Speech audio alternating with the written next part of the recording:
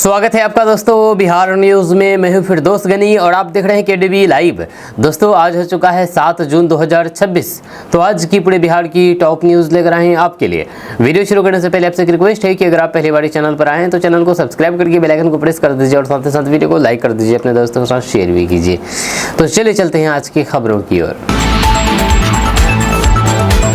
दोस्तों आज बिहार न्यूज़ की शुरुआत सबसे पहले करेंगे कि बिहार में जमीन रखने वालों की मौज। सरकार के इस फैसले से 15 दिन में होगा आपका दाखिल खारिज। दरअसल बात है कि बिहार में जमीन मालिकों और फिर खरीदारों के लिए बड़ी राहत भरी खबर सामने आई है। बिहार सरकार ने दाखिल खारिज यानी कि म्यूटेशन के लंबित मामले को तेजी से निपटाने के लिए सख्त कदम उठाया है। राजस्व एवं भूमि सुधार मंत्री डॉक्टर दिलीप कुमार जायसवाल ने अधिकारियों को निर्देश दिया है कि राज्य भर में लंबित पड़े 3 लाख से अधिक दाखिल खारिज मामलों का जल्द से जल्द निपटारा किया जाए। सरकार ने इसके लिए 15 दिनों की समय सीमा तय की है।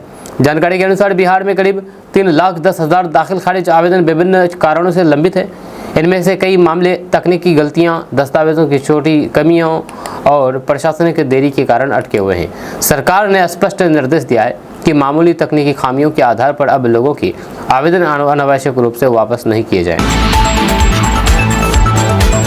21 जून को सरकारी बसों में बिना टिकट सफर करेंगे नीट छात्र। बिहार के सीएम ने किया बड़ा ऐलान।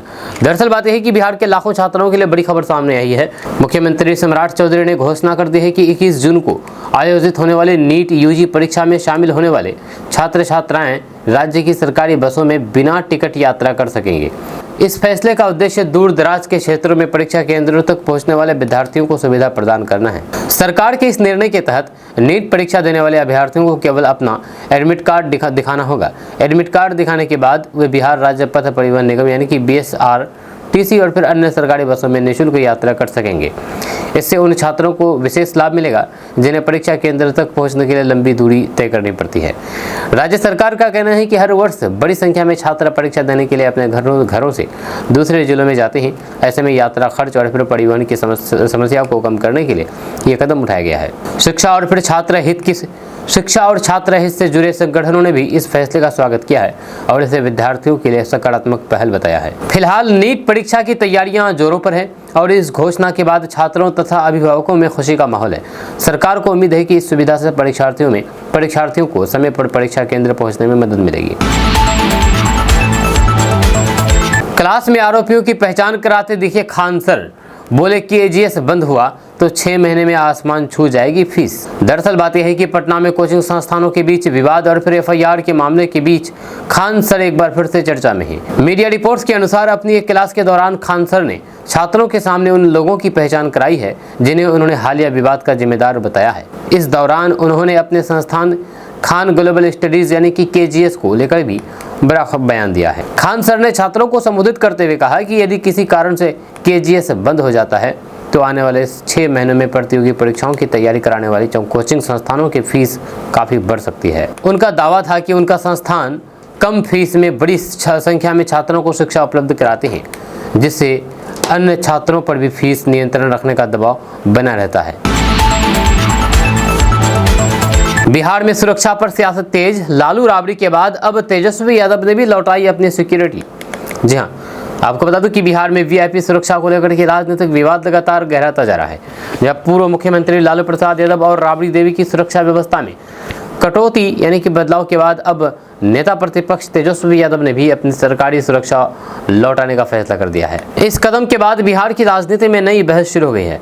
जानकारी के अनुसार तेजस्वी यादव ने सरकार के सुरक्षा संबंधित फैसलों पर सवाल उठाते हुए अपनी सुरक्षा वापस कराने का निर्णय लिया है। RJD का आरोप है कि विपक्ष के प्रमुख नेताओं की सुरक्षा में कटौती राजनीतिक उद्देश्य से की जा रही है। पार्टी नेताओं का कहना है कि ये फैसला लोकतांत्रिक परंपराओं के अनुरूप नहीं है और इससे राजनीतिक माहौल प्रभावित हो सकता है।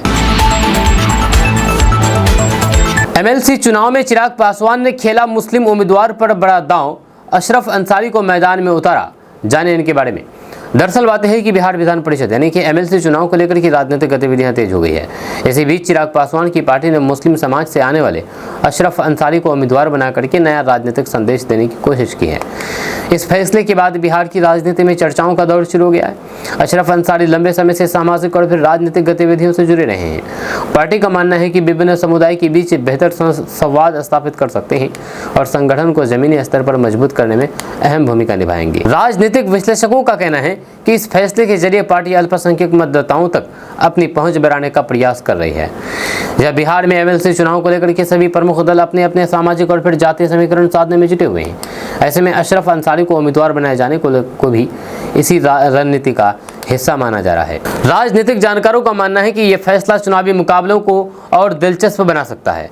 फिलहाल उम्मीदवारों के नाम सामने आने के बाद चुनावी सरगर्मियां काफी ज्यादा बढ़ गई है। बिहार के लोगों को बड़ी राहत, घर बैठे मिलेगा जमीन का नक्शा, जानिए ऐसा करने का स्टेप। दरअसल बात यह है कि बिहार के जमीन मालिकों और फिर खरीदारों के लिए अच्छी खबर सामने आई है। बिहार सरकार के भूमि पोर्टल और राजस्व विभाग की डिजिटल सेवाओं के जरिए अब लोग घर बैठे अपनी जमीन का नक्शा ऑनलाइन देख और डाउनलोड कर सकते हैं। इस पहल का उद्देश्य लोगों को सरकारी कार्यालयों के चक्कर से राहत देना और भूमि संबंधित दस्तावेजों को सेवाओं को अधिक पारदर्शी बनाना है। अब जमीन का नक्शा प्राप्त करने के लिए लोगों को बार बार अंचल कार्यालय जाने की जरूरत नहीं हो। ऑनलाइन पोर्टल पर जाकर के जिले, अंचल और फिर मौजा और खाता खेसरा नंबर की जानकारी भर करके संबंधित भूमि का नक्शा देखा जा सकता है। इससे जमीन की खरीद बिक्री, दाखिल खारिज और फिर अन्य भूमि संबंधित कार्यों में भी आसानी होगी। सरकार का मानना है कि इस डिजिटल व्यवस्था से भूमि विवादों में कमी आएगी और आम लोगों को समय तथा पैसे दोनों की बचत होगी। खास करके ग्रामीण क्षेत्रों के लोगों को इसका बड़ा लाभ मिलने की उम्मीद है। भूमि रिकॉर्ड और फिर नक्शे की ऑनलाइन उपलब्धता बिहार में राजस्व सेवाओं के आधुनिकीकरण की दिशा में एक महत्वपूर्ण कदम माना जा रहा है। खान सर सरेंडर करने पहुंचे कोर्ट, जमानत के लिए दाखिल करेंगे याचिका। दरअसल बात है कि पटना में कोचिंग संस्थान से जुड़े विवाद और एफआईआर मामले में बड़ा घटनाक्रम देखने को मिला। मीडिया रिपोर्ट्स के अनुसार प्रसिद्ध शिक्षक खान सर पटना कोर्ट पहुंचे, जहां उन्होंने कानूनी प्रक्रिया के तहत राहत पाने की कोशिश शुरू की। बताया जाता है कि उनके खिलाफ दर्ज एफआईआर के बाद गिरफ्तारी की आशंका को देखते हुए उन्होंने अदालत का रुख किया है। मामला 2 जून को पटना के एक कोचिंग संस्थान के बाहर हुए विवाद और फिर कथित फायरिंग प्रकरण से जुड़ा हुआ है। इस मामले में पुलिस पहले से ही जांच कर रही है और कई लोगों से पूछताछ की जा चुकी है। खान सर के 2 सुरक्षा गार्डों को भी हिरासत में लेकर के पूछताछ की गई थी। इसी बीच अब खान सर के कोर्ट पहुंचने की खबर ने मामले को नया मोड़ दे दिया है। रिपोर्ट्स के मुताबिक खान सर की ओर से अदालत में जमानत याचिका दाखिल करने की तैयारी की गई है। उनके वकीलों का कहना है कि वे कानून पर पूरा भरोसा रखते हैं और न्यायिक प्रक्रिया का पालन करेंगे। खान सर की गिरफ्तारी मामले पर प्रशांत किशोर का बड़ा बयान। दरअसल बात यह है कि विवाद सामने आने के बाद खान सर चारों तरफ से घिर गए हैं। जहाँ कुछ लोग उनके समर्थन में हैं तो कुछ लोग उनके विरोध में भी है। जनसुराज के संस्थापक प्रशांत किशोर ने खान सर की संभावित गिरफ्तारी और उनके खिलाफ दर्ज एफआईआर को लेकर के प्रतिक्रिया दी है। उन्होंने कहा है कि ये कोचिंग संस्थान चलाने वाले लोगों के बीच का आपसी विवाद है और वे इस मामले के विशेषज्ञ नहीं है, इसलिए बिना पूरी जानकारी के कोई टिप्पणी नहीं करना चाहते हैं। प्रशांत किशोर ने इस दौरान बिहार की शिक्षा व्यवस्था और कोचिंग संस्थानों की भूमिका पर भी सवाल उठाए हैं। उन्होंने कहा है कि देश में लगातार सामने आ रहे पेपर लीक मामले के पीछे शिक्षा क्षेत्र में कोचिंग संस्थानों का बढ़ता प्रभाव एक बड़ी वजह है। उनके मुताबिक जब तक इस व्यवस्था में सुधार नहीं होगा और शिक्षा प्रणाली को कोचिंग संस्थानों के दबाव से मुक्त नहीं किया जाएगा, तब तक ऐसी घटनाएं बनी रह सकती है। आपको बता दूं कि खान सर उर्फ फैसल खान के खिलाफ पटना के कदमकुआ थाने में एफआईआर दर्ज की गई है। मामला 2 जून को उस कोचिंग संस्थान के बाहर हुए विवाद और कथित फायरिंग से जुड़ा है। बीजेपी एमएलसी कैंडिडेट बनने पर क्या बोले power star Pawan Singh, social media पर ताबड़तोड़ किया पोस्ट शेयर। दरअसल बात यह है कि भोजपुरी फिल्म इंडस्ट्री के लोकप्रिय अभिनेता और गायक पवन सिंह को बिहार विधान परिषद यानी कि एमएलसी चुनाव के लिए भाजपा द्वारा उम्मीदवार बनाए जाने के बाद राजनीतिक और फिर मनोरंजन जगत में चर्चाओं का दौर तेज हो गया है। उम्मीदवार घोषित होने के तुरंत बाद पवन सिंह ने सोशल मीडिया पर कई पोस्ट शेयर करके पार्टी नेतृत्व और फिर समर्थकों का आभार जताया है। उनके पोस्ट को हजारों लोगों ने पसंद किया है और फिर बड़ी संख्या में समर्थकों ने उन्हें बधाई भी दी है। पवन सिंह ने अपने संदेश में कहा कि पार्टी ने उन पर जो भरोसा जताया है वो उसके लिए आभारी है। उन्होंने इसे अपने जीवन की नई जिम्मेदारी बताते हुए कहा कि वे जनता की उम्मीदों पर खरा उतरने का प्रयास करेंगे। सोशल मीडिया पर शेयर किए गए संदेशों में उन्होंने बीजेपी के शीर्ष नेतृत्व के प्रति भी धन्यवाद जताया है और फिर बिहार के विकास के लिए काम करने की प्रतिबद्धता जताई है। उनके समर्थकों ने इसे भोजपुरी समाज और बिहार के लिए गर्व का क्षण बताया है। राबड़ी देवी के आवास पर आरजेडी नेताओं ने दिया पहरा, किया दावा कि पार्टी शीर्ष नेताओं की सुरक्षा लौटाई। दरअसल बात है कि बिहार की राजनीति में सुरक्षा व्यवस्था को लेकर के सियासी घमासान लगातार तेज होता जा रहा है। लालू प्रसाद यादव और फिर पूर्व मुख्यमंत्री राबड़ी देवी की Z+ सुरक्षा से हटाए जाने के बाद अब राष्ट्रीय जनता दल यानी कि RJD ने विरोध का नया तरीका अपनाया है। रिपोर्ट्स के अनुसार पटना स्थित राबड़ी देवी के आवास पर राजद नेताओं और फिर कार्यकर्ताओं ने पहरा देना शुरू कर दिया है। पार्टी का दावा है कि सुरक्षा में कटौती के विरोध में शीर्ष नेताओं ने अपनी सरकारी सुरक्षा भी लौटा दी है। राजद नेताओं का आरोप है कि सुरक्षा में कटौती राजनीतिक कारणों से की गई है। पार्टी प्रवक्ताओं ने इसे विपक्ष को कमजोर करने की कोशिश बताया है। वहीं पर खबर यह भी है कि लालू प्रसाद यादव और फिर राबड़ी देवी के बाद नेता प्रतिपक्ष तेजस्वी यादव ने भी अपनी सुरक्षा टीम वापस लौटा दी है। राजद इसे सिक्योरिटी बायकॉट की रणनीति बता रहे हैं और फिर सरकार के फैसले का विरोध कर रहा है। रॉन्ग नंबर से शुरू हुई लव स्टोरी, 5 बच्चों की मां ने 19 वर्षीय युवक से रचाई शादी, पुलिस से लगाई नए पति के साथ रहने की गुहार। दरअसल बात यह है कि बिहार के खगड़िया जिला से एक अनोखा प्रेम प्रसंग चर्चा का विषय बना हुआ है, जहां पर एक महिला जो कि पहले से 5 बच्चों की मां है, उन्होंने 19 वर्षीय युवक के साथ शादी रचा ली। बताया जाता है कि दोनों की प्रेम कहानी एक रॉन्ग नंबर से शुरू हुई थी। फोन पर हुई बातचीत धीरे धीरे दोस्ती में बदली और फिर दोनों एक दूसरे के करीब आ गए। कुछ समय बाद दोनों ने साथ रहने का फैसला कर लिया, जिसके बाद मामला इलाके में चर्चा का विषय बन गया है। मीडिया रिपोर्ट्स के अनुसार महिला और फिर युवक के रिश्तों को लेकर के दोनों परिवारों में विवाद की स्थिति बन गई है। मामला बढ़ने पर दोनों पुलिस के पास पहुंचे। महिला ने पुलिस से गुहार लगाई कि वे अपनी मर्जी से युवक के साथ रहना चाहती है और उसे किसी प्रकार की परेशानी न होने दी जाए। वहीं पर युवक ने भी पुलिस के सामने महिला के साथ रहने की इच्छा जताई। पुलिस ने दोनों पक्षों की बात सुनने के बाद मामले की जांच शुरू कर दी। इस घटना ने इलाके में तरह तरह की चर्चाओं को जन्म दिया है। यहाँ एक तरफ लोग इसे प्रेम कहानी बता रहे हैं तो दूसरी तरफ सामाजिक और फिर पारिवारिक जिम्मेदारियों को लेकर भी सवाल उठा रहे हैं। खाली हो गया है धरती का वाटर टैंक, लड़खड़ा करके 31.5 इंच धूड़ी से खिसकी गर्मी भूकंप, बार आने वाली है महाप्रलय। दरअसल बात यह है कि धरती के अंदर मौजूद भूजल यानी कि ग्राउंड वाटर को लेकर के एक चौंकाने वाली रिपोर्ट सामने आई है। वैज्ञानिकों के अनुसार पिछले कुछ दशकों में बड़े पैमाने पर भूजल के दोहन का असर पृथ्वी की घूर्णन धुरी पर भी देखा गया है। एक रिसर्च में दावा किया गया है कि अत्यधिक भूजल निकासी के कारण पृथ्वी की धुरी लगभग 31.5 इंच तक खिसकी है। हालांकि वैज्ञानिकों ने इसे किसी तत्काल महाप्रलय का संकेत नहीं बताया है, लेकिन इसे पर्यावरण और फिर जल संकट से जुड़ी गंभीर चेतावनी जरूर माना जा रहा है। विशेषज्ञों का कहना है कि जब बड़ी मात्रा में भूजल निकाला जाता है तो पृथ्वी पर पानी का विवरण बदलता है। इसका असर समुद्र के स्तर, जलवायु और फिर पृथ्वी के संतुलन पर पड़ सकता है। रिपोर्ट में यह भी कहा गया है कि बढ़ती गर्मी, अनियमित बारिश, सूखा और फिर बाढ़ जैसी घटनाओं के पीछे जलवायु परिवर्तन के साथ साथ जल संसाधनों का संतुलित उपयोग भी एक महत्वपूर्ण कारण बन रहा है। बिहार के इन 4 जिलों की हो गई बल्ले बल्ले, 4 जिलों को मिला खास तोहफा, लाखों लोगों को होगा सीधा फायदा। दरअसल बात यह है कि बिहार कैबिनेट की हालिया बैठक में 4 जिलों के लिए बड़ी सौगात का ऐलान किया गया है, जहां सरकार ने मधुबनी, भोजपुर, कैमूर और गया जिले से जुड़ी महत्वपूर्ण विकास परियोजनाओं को मंजूरी दे दी है।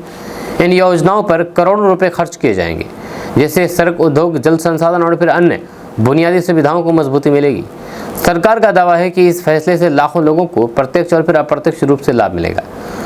कैबिनेट के फैसलों के तहत गया जिले के डोभी क्षेत्र में 428 करोड़ रुपए से अधिक की लागत से जलाशय निर्माण और अन्य विकास कार्यों को मंजूरी दी गई है। वहीं पर कैमूर जिले में औद्योगिक निवेश को बढ़ावा देने के लिए ऊर्जा परियोजना को स्वीकृति मिली है। इसके अलावा मधुबनी और फिर भोजपुर में भी विकास कार्यों के लिए बड़ी राशि स्वीकृति की गई है। बिहार के 5 लाख शिक्षकों के लिए अचानक जारी हुआ नया फरमान। अब इस काम में लापरवाही पड़ी भारी तो फिर हो सकती है बड़ी कार्रवाई। दरअसल बात यह है कि बिहार के करीब 5 लाख से अधिक सरकारी शिक्षकों के लिए शिक्षा विभाग ने नया और सख्त निर्देश जारी कर दिया है। विभाग ने सभी शिक्षकों को इस शिक्षा कोर्स पोर्टल पर अपनी प्रोफाइल और फिर सेवा संबंधित जानकारी को निर्धारित समय सीमा के भीतर अपडेट और फिर लॉक करने का आदेश जारी किया है। शिक्षा विभाग का कहना है कि शिक्षक प्रोफाइल का डिजिटलीकरण सरकार की प्राथमिकता है और इसमें किसी भी तरीके की लापरवाही बर्दाश्त नहीं की जाएगी। जानकारी के अनुसार शिक्षकों को अपनी व्यक्तिगत जानकारी, पदस्थापन विवरण, पंजीकरण संबंधित सूचना, अस्थायी और फिर वर्तमान पता समेत कई जरूरी जानकारियां पोर्टल पर दर्ज करनी है। सीमांचल की लाइफलाइन विक्रमशिला पुल पर फिर से फर्राटा भरेंगी गाड़ियां, 10 टन तक के वाहन को अनुमति। दरअसल बात है कि सीमांचल और कोसी क्षेत्र के लाखों लोगों के लिए बड़ी राहत की खबर सामने आई है। भागलपुर में गंगा नदी पर बने विक्रमशिला सेतु को मरम्मत और फिर तकनीकी परीक्षण के बाद फिर से वाहनों के आवागमन के लिए खोलने की तैयारी पूरी कर ली गई है। प्रशासन के अनुसार आज 7 जून से पुल पर यातायात बहाल कर दिया जाएगा, जिससे भागलपुर, नवगछिया, पूर्णिया, कटिहार, किशनगंज, अररिया और फिर आसपास के जिलों के लोगों को बड़ी राहत मिलेगी। जब पिछले कई सप्ताह से पुल बंद रहने के कारण लोगों को लंबी चक्कर लगाकर के सफर करना पड़ रहा था। जिला प्रशासन ने बताया है कि शुरुआती चरण में पुल पर वन वे ट्रैफिक व्यवस्था लागू रहेगी। फिलहाल केवल 10 टन तक क्षमता वाले छोटे और फिर मध्यम वाहनों को ही गुजरने की अनुमति दी जाएगी। इसमें छोटे यात्री वाहन, पिकअप वैन, ट्रैक्टर और फिर अन्य हल्की मालवाहक वाहन शामिल है। पुल की सुरक्षा सुनिश्चित करने के लिए ड्रोन, सीसीटीवी कैमरों और पुलिस बल की तैनाती की गई है। प्रशासन का कहना है कि मरम्मत और फिर तकनीकी जांच सफल रहने के बाद आगे चलकर के यातायात व्यवस्था में और ढील दी जा सकती है।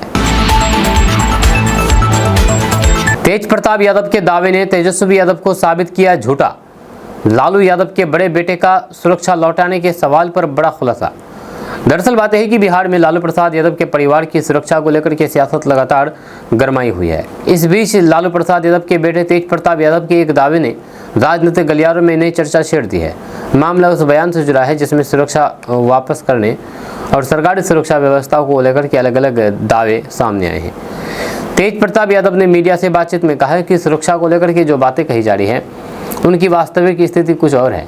इसके बाद विपक्ष और फिर सत्ता पक्ष के बीच आरोप प्रत्यारोप का दौर और तेज हो गया है। आपको बता दूं कि बिहार सरकार ने हाल ही में लालू प्रसाद यादव और फिर राबड़ी देवी की Z+ सुरक्षा में बदलाव किया गया था। इसके बाद आरजेडी नेताओं ने इसे राजनीतिक फैसला बताते हुए विरोध जताया। वहीं पर सुरक्षा लौटाने के सवाल पर भी कई तरीके के बयान सामने आए। तेज प्रताप यादव के ताज़ा दावे के बाद ये मुद्दा फिर से चर्चा में आ गया है।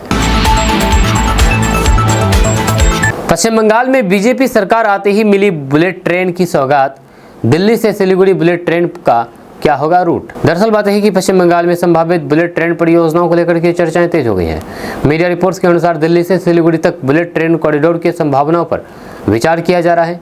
यदि ये परियोजना साकार होती है तो इसका लाभ बिहार, झारखंड और फिर उत्तर प्रदेश और पश्चिम बंगाल के करोड़ों लोगों को मिल सकता है। खास करके बिहार के सीमांचल क्षेत्र और फिर उत्तर बंगाल के यात्रियों के लिए ये एक बड़ी सौगात साबित हो सकती है, क्योंकि यात्रा का समय वर्तमान की तुलना में काफ़ी कम हो जाएगा। वहीं पर प्रस्तावित रूट को लेकर के चर्चा है कि ये ट्रेन दिल्ली, उत्तर प्रदेश के प्रमुख शहरों, बिहार के महत्वपूर्ण रेल मार्गों और फिर पश्चिम बंगाल के सिलीगुड़ी क्षेत्र को जोड़ सकती है। हालांकि अभी तक केंद्र सरकार या फिर रेलवे की ओर से अंतिम रूट और परियोजनाओं को लेकर के कोई भी आधिकारिक घोषणा नहीं की गई है। विशेषज्ञों का मानना है कि इतनी बड़ी परियोजनाओं के लिए विस्तृत सर्वे, भूमि अधिग्रहण और फिर तकनीकी अध्ययन की प्रक्रिया पूरी होने के बाद ही अंतिम निर्णय लिया जाएगा। कॉकरोच जनता पार्टी को जंतर मंतर पर एक दिन के विरोध प्रदर्शन से क्या हुआ हासिल। दरअसल बात है कि दिल्ली के जंतर मंतर पर आयोजित एक अनोखे विरोध प्रदर्शन ने हाल के दिनों में लोगों का ध्यान अपनी ओर खींचा है। खुद को कॉकरोच जनता पार्टी कहने वाले प्रदर्शनकारियों ने सरकार और व्यवस्था पर व्यंग्यात्मक अंदाज में सवाल उठाने की कोशिश की है। इस विरोध का मकसद आम नागरिकों की समस्याओं, लोकतांत्रिक अधिकारों और सरकारी नीतियों को लेकर के अपनी बात लोगों तक पहुंचाना था। प्रदर्शन में शामिल लोगों ने प्रतीकात्मक तरीके से अपनी मांगों और फिर नाराजगी जाहिर की है। प्रदर्शन के दौरान सोशल मीडिया पर भी इस अनोखे नाम और फिर अंदाज की काफ़ी चर्चा हुई है। कई लोगों ने इसे रचनात्मक विरोध बताया, जबकि कुछ लोगों ने इसकी प्रभावशीलता पर भी सवाल उठाए हैं। हालांकि एक दिन के इस प्रदर्शन के बाद संबंधित मुद्दों पर राष्ट्रीय स्तर पर बहस जरूर देखने को मिली है। राजनीतिक विश्लेषकों का मानना है कि ऐसे प्रतीकात्मक आंदोलनों का सबसे बड़ा उद्देश्य जन चर्चा पैदा करना और लोगों का ध्यान किसी खास मुद्दे की ओर आकर्षित करना होता है। हालांकि अभी ये कहना मुश्किल है कि इस प्रदर्शन से नीतिगत स्तर पर कोई बड़ा बदलाव हुआ है या नहीं, लेकिन इतना जरूर है कि कॉकरोच जनता पार्टी नामक इस विरोध ने लोगों के बीच चर्चा पैदा करने में सफलता हासिल की है। मुश्किल में तेल कंपनियां, उपभोक्ताओं की मौज, सरकार ने तय किए खाद्य तेल के मानक पैकेट। दरअसल बात यह है कि खाद्य तेल खरीदने वाले करोड़ों उपभोक्ताओं के लिए केंद्र सरकार ने बड़ा फैसला किया है। जब सरकार ने खाद्य तेलों की बिक्री के लिए मानक पैक साइज तय कर दिए हैं। नए नियम के तहत अब खाद्य तेल कंपनियों को निर्धारित मात्रा वाले पैकेट और बोतलों में ही तेल बेचना होगा। सरकार का मानना है कि इससे ग्राहकों को सही मात्रा और फिर कीमत की तुलना करने में आसानी होगी। साथ ही बाजार में पारदर्शिता भी बढ़ेगी। नए नियम के अनुसार खाद्य तेलों की पैकेजिंग को एक समान बनाने की दिशा में कदम उठाया गया है। अब कंपनियां मनमाने आकार के पैकेट बाजार में नहीं उतार सकेंगी। इससे ग्राहकों को ये समझने में आसानी होगी कि वे कितनी मात्रा में तेल खरीद रहे हैं और उसकी वास्तविक कीमत क्या है। विशेषज्ञों का कहना है कि इस फैसले से उपभोक्ताओं को फायदा होगा, लेकिन कई तेल कंपनियों को अपनी पैकेजिंग और फिर मार्केटिंग रणनीति में बदलाव करना पड़ सकता है। बिहार में बनेंगे 3 नए सुपर एक्सप्रेसवे, इन जिलों के लिए बड़ी खुशखबरी। दरअसल बात यह है कि बिहार में सड़क संपर्क और फिर तेज परिवहन को बढ़ावा देने के लिए राज्य सरकार 3 नए सुपर एक्सप्रेसवे परियोजनाओं पर काम कर रही है। इन महत्वाकांक्षी परियोजनाओं का उद्देश्य राज्य के यानी कि बिहार के विभिन्न हिस्सों को बेहतर तरीके से जोड़ना है, यात्रा का समय कम करना और औद्योगिक विकास को गति देना है। सरकार का मानना है कि इन एक्सप्रेसवे के बनने से बिहार में निवेश बढ़ेगा और लाखों लोगों को प्रत्यक्ष तथा अप्रत्यक्ष रूप से लाभ मिलेगा। मीडिया रिपोर्ट्स के अनुसार प्रस्तावित एक्सप्रेसवे राज्य के कई प्रमुख जिलों को जोड़ेंगे। इसमें पटना, गया, मुजफ्फरपुर, दरभंगा, पूर्णिया, भागलपुर और सीमांचल क्षेत्र के कई जिले लाभान्वित हो सकते हैं। इन परियोजनाओं के पूरा होने के बाद लंबी दूरी की यात्रा पहले की तुलना में काफी तेज और फिर सुविधाजनक हो जाएगी। पटना वाले खान सर के खिलाफ पटना हाईकोर्ट पहुंची एंकर अंजना ओम कश्यप। दरअसल बात है कि पटना में कोचिंग संस्थानों को लेकर के चल रहे विवाद के बीच अब एक नया मोड़ सामने आ गया है। मीडिया रिपोर्ट्स के अनुसार वरिष्ठ टीवी एंकर अंजना ओम कश्यप ने खान सर से जुड़े एक मामले में हाईकोर्ट का रुख किया है। इस खबर के सामने आने के बाद शिक्षा जगत और फिर राजनीतिक गलियारों में चर्चा तेज हो गई है। बताया जा रहा है कि याचिका में कुछ बयानों और फिर घटनाक्रमों को लेकर के अदालत से हस्तक्षेप की मांग की गई है। हालांकि मामले की कानूनी प्रक्रिया जारी है और अदालत में दोनों पक्षों की दलीलों के आधार पर आगे की सुनवाई होगी। फिलहाल इस प्रकरण को लेकर के विभिन्न पक्षों की ओर से अलग अलग प्रतिक्रियाएं सामने आ रही हैं। आपको बता दूं कि हाल के दिनों में खान सर और फिर अन्य शिक्षकों से जुड़े विवाद को लेकर के पटना में कई घटनाक्रम सामने आए हैं, जिन पर राजनीतिक नेताओं, छात्रों और फिर सामाजिक संगठनों की भी प्रतिक्रिया देखने को मिली है। गिरफ्तारी से बचने के लिए खान सर ने लिया अपने ज्ञान का सहारा, जिस विषय को पढ़ाया वही आ रहा है काम। दरअसल बात है कि पटना में कोचिंग सेंटर के बाहर हुई कथित फायरिंग और फिर विवाद के मामले में खान सर उर्फ फैसल खान की मुश्किलें बढ़ गई है। उनके खिलाफ कदम कुआं थाने में FIR दर्ज की गई है और पुलिस मामले की जांच कर रही है। दोस्तों, बिहार सीमांचल को लेकर के अमित शाह का बड़ा बयान सामने आया है। उन्होंने कहा कि डेमोग्राफिक बदलाव अब बर्दाश्त नहीं किया जाएगा। घुसपैठ रोकने का नया प्लान भी तैयार करने के बारे में बात कही है। जी हां, बिहार, पश्चिम बंगाल और त्रिपुरा को लेकर के केंद्रीय गृह मंत्री अमित शाह ने बड़ा बयान दिया है। उन्होंने साफ शब्दों में कह दिया है कि इन राज्यों में आबादी के स्वरूप यानी कि डेमोग्राफिक बदलाव को किसी भी कीमत पर बर्दाश्त नहीं किया जाएगा। साथ ही उन्होंने ये भी बताया है कि केंद्र सरकार सीमाओं को और मजबूत बनाने के लिए एक बड़े प्लान पर काम कर रही है। त्रिपुरा के लंकामुरा बॉर्डर आउटपोस्ट पर BSF जवानों को संबोधित करते हुए अमित शाह ने कहा कि देश की अंतर्राष्ट्रीय सीमाओं की सुरक्षा सरकार की सबसे बड़ी प्राथमिकताओं में से एक है। उन्होंने कहा कि सीमा सुरक्षा में जहां भी कमियां हैं उन्हें दूर करने के लिए तेजी से काम किया जा रहा है। अमित शाह का ये बयान ऐसे समय में आया है जब बिहार के सीमांचल क्षेत्र, पश्चिम बंगाल और फिर पूर्वोत्तर राज्यों में अवैध घुसपैठ को लेकर लगातार बहस चल रही है। खास करके सीमांचल के कई इलाकों में समय समय पर घुसपैठ और फिर सीमा सुरक्षा को लेकर के राजनीतिक बयानबाजी होती रहती है। केंद्रीय गृह मंत्री अमित शाह ने कहा कि सरकार का स्मार्ट बॉर्डर प्रोजेक्ट अब अंतिम चरण में पहुंच चुका है। इस प्रोजेक्ट के तहत आधुनिक तकनीक, हाईटेक निगरानी सिस्टम, सेंसर और फिर अन्य सुरक्षा उपकरणों का इस्तेमाल किया जाएगा। शुरुआत में देश के 7 से 8 स्थानों पर पायलट प्रोजेक्ट चलाया जाएगा। अगर ये सफल रहा तो फिर पूरे देश की सीमाओं पर इसे लागू कर दिया जाएगा। अमित शाह ने BSF जवानों की भी जमकर की तारीफ की है। उन्होंने कहा कि सीमा पर तैनात जवान देश की सुरक्षा की पहली दीवार है। यह सरकार लगातार उनके लिए बेहतर सुविधाएं, आधुनिक हथियार और नई तकनीक उपलब्ध कराने की दिशा में काम कर रही है। जब बिहार के संदर्भ में ये बयान इसलिए भी महत्वपूर्ण माना जा रहा है क्योंकि सीमांचल क्षेत्र नेपाल और बंगाल से जुड़े होने के कारण हमेशा सुरक्षा एजेंसियों की नज़र में रहता है।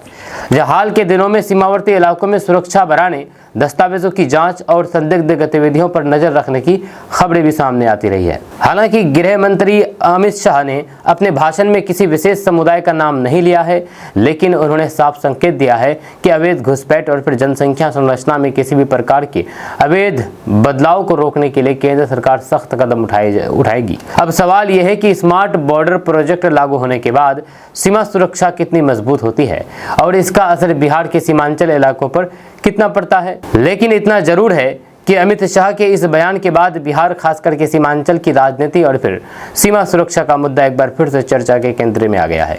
आपका इसके बारे में क्या कहना है, नीचे कमेंट बॉक्स में कमेंट करके जरूर बताइएगा। दोस्तों, पहले प्यार, फिर कोर्ट मैरिज और 20 दिन बाद ही पति बोला तुम मेरी पत्नी नहीं, दहेज नहीं मिला तो घर से ही निकाल दिया। जी हाँ, मामला बिहार के पूर्णिया से सामने आया है। पूर्णिया से एक ऐसा मामला सामने आया है जिसने प्यार, शादी और भरोसे के रिश्ते पर कई सवाल खड़े कर दिए हैं। एक लड़की का आरोप है कि जिस लड़के ने पहले प्यार किया, दोनों के बीच गहरा प्यार था, एक दूसरे के साथ जीने मरने की कस्में खाई थी, एक दूसरे को जिंदगी भर एक दूसरे का हाथ पकड़ करके चलने की कस्में खाई थी, कई वादे किए थे, 7 जन्म साथ रहने का वादा किया था, शादी के सपने दिखाए, कोर्ट मैरिज की और साथ जीने मरने की कस्में खाई। उसी ने शादी के महज 20 दिन बाद ही उसे अपना मानने से इनकार कर दिया। जब पीड़िता चांदनी कुमारी के मुताबिक साल 2022 में इलाज के दौरान उसकी मुलाकात धमदाहा अस्पताल में कार्यरत गोपाल कुमार शर्मा से हुई थी। बातचीत शुरू हुई, दोस्ती बढ़ी और फिर दोनों के बीच प्रेम संबंध भी बन गया। लड़की का कहना है कि दोनों एक दूसरे के काफी करीब आ गए थे, एक दूसरे को खूब चाह रहे थे, खूब प्यार कर रहे थे और एक दूसरे के बिना जीना गवारा नहीं था, एक दूसरे के लिए जान देने को तैयार थे और शादी का वादा भी किया गया था। समय के साथ रिश्ता इतना मजबूत हो गया कि इसी साल 2 जनवरी को दोनों ने कोर्ट मैरिज कर ली। शादी के बाद कुछ दिन तक सब कुछ ठीक ठाक चलता रहा। दोस्तों, किशनगंज में मौसम बिगड़ा हुआ है। अचानक कभी भी किसी भी समय बरस जा रही है, अचानक धूप खिल रही है, जिसकी वजह से लोग परेशान हैं। क्योंकि जब गर्मी होती है, धूप होती है तो शिद्दत के साथ होती है, लोगों का जीना दुभर हो जाता है। जब बारिश होती है तो खूब शिद्दत के साथ होती है। किशनगंज में आज भी मौसम ने ऐसा करवट बदला कि लोगों को भीषण गर्मी और फिर उमस से बड़ी राहत मिली। जब पिछले कई दिनों से तेज धूप और फिर गर्म हवाओं से परेशान लोग जब सुबह उठे तो आसमान में काले बादल छाए थे। कुछ ही देर बाद तेज मेघ गर्जन के साथ झमाझम बारिश शुरू हो गई और पूरे जिले का मौसम सुहाना हो गया। बारिश और ठंडी हवाओं की वजह से तापमान में अच्छी खासी गिरावट दर्ज की गई। लोगों ने राहत की सांस ली, लेकिन हर बार की तरह इस बार भी बारिश ने नगर परिषद की तैयारियों की पोल खोल दी। महज कुछ घंटों की बारिश में किशनगंज शहर के कई इलाके पानी पानी हो गए। पश्चिम पाली चौक, धर्मगंज चौक से लेकर के रेलवे स्टेशन जाने वाला मुख्य मार्ग, मारवाड़ी कॉलेज रोड, इंसान स्कूल रोड, बस स्टैंड के आसपास का इलाका, NH सर्विस रोड,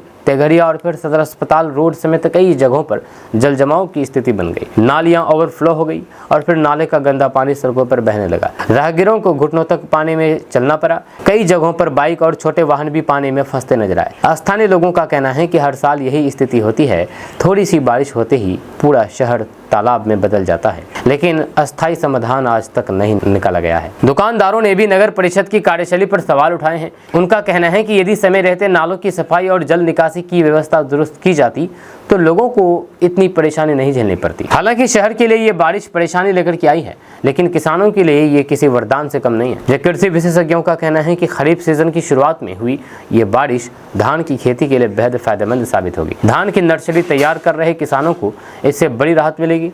या खेतों में नमी बढ़ने से सब्जियां और फिर अन्य फसलों की भी फायदा मिलेगा। वहीं पर मौसम विभाग ने भी अगले कुछ घंटों और फिर दिनों में रुक रुक करके बारिश होने की संभावना जताई है। साथ ही मेघ गर्जन और फिर आकाशीय बिजली को लेकर के सावधानी बरतने की सलाह दी गई है। आपदा प्रबंधन विभाग ने लोगों से खुले मैदान, पेड़ और फिर बिजली के खंभों के नीचे खड़े नहीं होने की अपील की है। यानी कि एक तरफ बारिश ने गर्मी से राहत दी है तो दूसरी तरफ शहर की बदहाल जल निकासी व्यवस्था को भी बेनकाब कर दिया है। अब सवाल यह है कि हर साल बारिश में डूबने वाले किशनगंज शहर को इस समस्या से आखिर कब अस्थायी राहत मिलेगी। दोस्तों, सीमांचल को बड़ी सौगात मिली है। पटना से सहरसा होते हुए पूर्णिया कोर्ट तक रात्रिकालीन ट्रेन सेवा की संभावना है। जी, पटना के से सहरसा होते हुए पूर्णिया कोर्ट तक रात्रिकालीन ट्रेन सेवा शुरू होने की संभावना है। जिससे कोसी और सीमांचल क्षेत्र को बड़ी राहत मिलेगी। सांसद पप्पू यादव के प्रयास से ये प्रस्ताव रेलवे मुख्यालय स्तर पर विचाराधीन है, जिससे हजारों यात्रियों को सीधा लाभ मिलेगा। आपको बता दूं कि कोसी और सीमांचल क्षेत्र के लोगों के लिए रेलवे कनेक्टिविटी के मोर्चे पर एक बड़ी उम्मीद जगी है। लंबे समय से लंबित मांग के बीच अब पटना से सहरसा के रास्ते पूर्णिया कोट तक रात्रिकालीन ट्रेन सेवा शुरू होने की संभावना तेज हो गई है। रेलवे प्रशासन इस प्रस्ताव पर गंभीरता से विचार कर रहा है और जल्द ही इसे हरी झंडी मिलने की संभावना जताई जा रही है। इस प्रस्ताव को लेकर के स्थानीय स्तर पर उत्साह देखा जा रहा है, क्योंकि ये सेवा शुरू होने के बाद सीमांचल के हजारों यात्रियों को सीधा लाभ मिलेगा। वहीं पर पूर्णिया से सांसद पप्पू यादव ने इस मुद्दे को लगातार प्राथमिकता में रखा है। उन्होंने न केवल लोकसभा में इस विषय को कई बार उठाया, बल्कि रेल मंत्री अश्विनी वैष्णव से मुलाकात करके विस्तृत ज्ञापन भी सौंपा था। जहां सांसद के प्रयासों के बाद ये प्रस्ताव अब रेलवे मुख्यालय स्तर पर विचाराधीन है। माना जा रहा है कि विभागीय प्रक्रिया पूरी होने के बाद इस रूट पर रात्रिकालीन ट्रेन सेवा शुरू करने का निर्णय लिया जा सकता है। वहीं पर सांसद पप्पू यादव ने कहा है कि पूर्णिया और फिर सीमांचल क्षेत्र को बेहतर रेल कनेक्टिविटी से जोड़ना उनकी प्राथमिकताओं में शामिल है। उन्होंने बताया है कि कोसी और सीमांचल के लोगों को बेहतर यातायात सुविधा उपलब्ध कराने के लिए लगातार प्रयास जारी है। उन्होंने यह भी बताया है कि वर्तमान समय में पटना जंक्शन से सहरसा, सुपौल, मधेपुरा और फिर पूर्णिया क्षेत्र के लिए शाम 3:40 पर चलने वाली कोसी एक्सप्रेस के बाद कोई सीधा रात्रिकालीन ट्रेन उपलब्ध नहीं है। इसके कारण यात्रियों को रात के समय यात्रा के लिए सीमित विकल्पों का सामना करना पड़ता है। दोस्तों, किशनगंज ठाकुरगंज वासियों के लिए बहुत बड़ी खुशखबरी सामने आई है। अगर आप भी किशनगंज से ठाकुरगंज या फिर ठाकुरगंज से किशनगंज आना जाना करते हैं तो आपके लिए अच्छी खबर है, क्योंकि किशनगंज ठाकुरगंज रोड अब स्टेट हाईवे यानी कि SH 125 बनने वाली है, जिसकी वजह से किशनगंज और ठाकुरगंज वासियों के लिए ये राहत भरी खबर सामने आई है। जी हाँ, किशनगंज जिले के लोगों के लिए एक बड़ी और फिर राहत भरी खबर सामने आई है। लंबे समय से बेहतर सड़क और फिर यातायात व्यवस्था की मांग कर रहे लोगों को जल्द बड़ी सौगात मिल सकती है। किशनगंज से ठाकुरगंज जाने वाली सड़क को अब स्टेट हाईवे यानी कि SH 125 बनाने की दिशा में पहल शुरू हो गई है। बताया जा रहा है कि संबंधित विभाग ने इस संबंध में प्रस्ताव सरकार को भेज दिया है।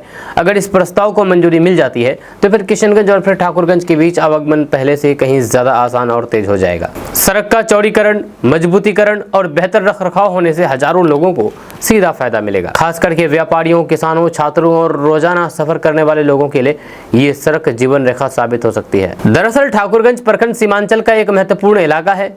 ये क्षेत्र पश्चिम बंगाल और फिर उत्तर बंगाल से जुड़ा हुआ है। ऐसे में सड़क की स्थिति बेहतर होने से न सिर्फ स्थानीय लोगों को सुविधा मिलेगी, बल्कि व्यापार और पर्यटन को भी बढ़ावा मिलेगा। किशनगंज से ठाकुरगंज जाने वाले लोगों को अक्सर सड़क की खराब स्थिति और फिर ट्रैफिक की समस्या का समाधान किशनगंज से ठाकुरगंज जाने वाले लोगों को अक्सर सड़क की खराब स्थिति और ट्रैफिक की समस्या का सामना करना पड़ता है। ऐसे में स्टेट हाईवे का दर्जा मिलने से सड़क का विकास तेजी से हो सकेगा। स्थानीय लोगों का कहना है कि वर्षों से इस सड़क को हाईवे का दर्जा देने की मांग उठ रही थी, क्योंकि ये मार्ग सिर्फ 2 शहरों को ही नहीं जोड़ता, बल्कि दर्जनों पंचायतों और फिर हजारों लोगों की रोजमर्रा की जिंदगी से जुड़ा हुआ है। जब सड़क बेहतर होगी तो फिर एम्बुलेंस, स्कूल बस, मालवाहक वाहन और आम यात्रियों की आवाजाही भी सुगम होगी। वहीं पर विशेषज्ञों का मानना है कि किसी भी क्षेत्र के विकास में सड़क की भूमिका सबसे महत्वपूर्ण होती है। जहां पर अच्छी सड़कें होती हैं, वहां पर निवेश बढ़ता है, कारोबार बढ़ता है और रोजगार के अवसर भी पैदा होते हैं। यही वजह है कि लोग इस प्रस्ताव को सीमांचल के विकास से जोड़ करके देख रहे हैं।